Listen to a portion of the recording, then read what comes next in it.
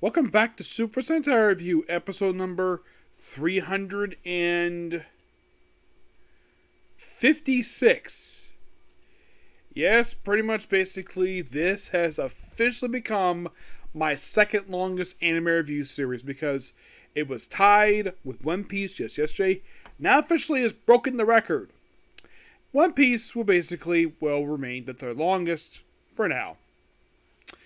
Unless, of course, basically, at some point when I will stop, basically, it'll happen basically it'll catch up probably when I finish the Magiranger at some point.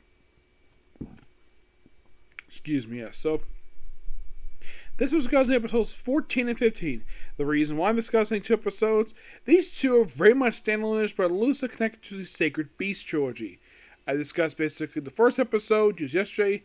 This first one and the second one is all about, they're basically fighting ones. And the whole point of these things is to look for this thing called the Gate Key. And they actually finally find it in part 3.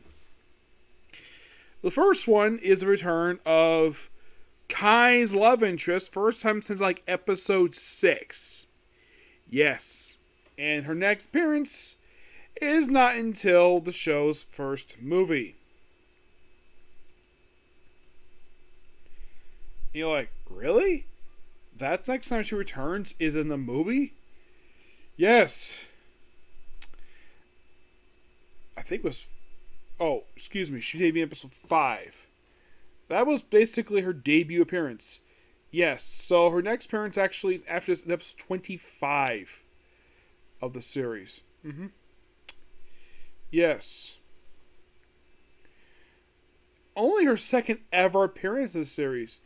When I look at her, she reminds me of AEW, like her bit when she looked in 2005 with the smile. It reminds me a lot of,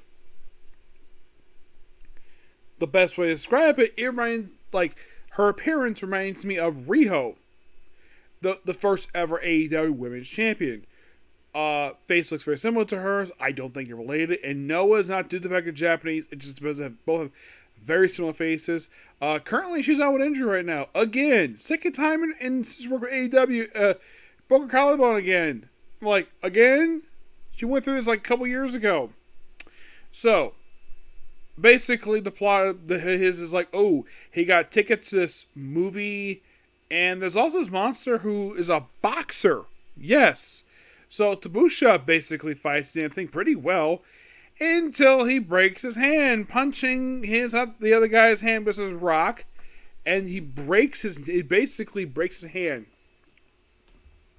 So he has to basically train Kai in boxing because now Tabusha is the potions maker of the group. Kai is the most magic, the one who's very good at magic. He's the best of all magic of the 5 siblings. So they train for a while, and of course he has to train at a certain point, gets his date, and he had to give his first date because it turns out his brother actually lied about his healing his hand. And eventually, of course, they defeat the monster. Basically, Yakuza basically shows up very briefly. Witness won the fight, and presumably Kai may have smoothed someone with her by the end of the episode. I don't know. And then, the very next episode, okay, so what was the plot of this one? Oh, Hara's getting married. And make it to the point out, though, she's not mature enough to get married yet. And the plot of the episode, that's actually the B plot here. The A plot is the monster is spreading out these curse of this red skull stuff. If you see this red skull, you get stamped. And I'm like, the Magirangers have seen this thing several times the course of the episode, but they don't get stamped. And when they finally meet the monster at the end of the episode, the ever who disappears comes back.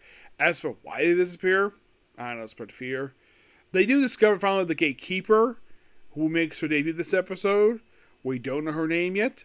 This is basically her debut. She witnesses this stuff.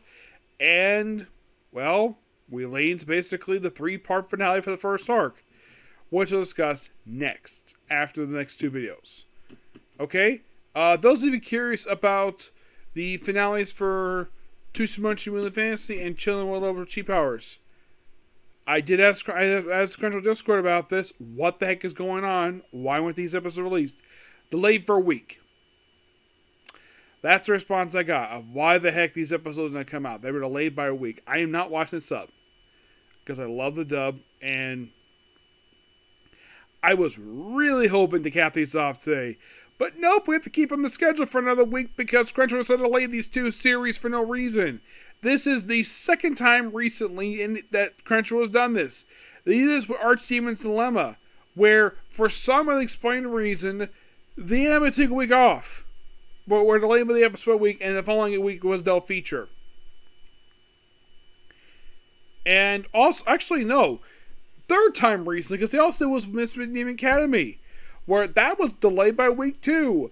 I would not be surprised if somehow that this coming Friday we get a double feature. I would not be surprised by that. But in the case of the episodes, I'd say the B plots are okay. A plots are interesting. And we're getting close, like I said, we're basically about to wrap up the first arc really soon and start up the second arc of the series. And by the way, after the second arc is completed, I will take my break from the series. So, for right now, this will be pretty much a particular review. Please be sure to like, comment, subscribe, turn notifications, and do not hit that dislike button. Next up is the Comic Corner, and then it's open topics. Okay? Next video. Bye.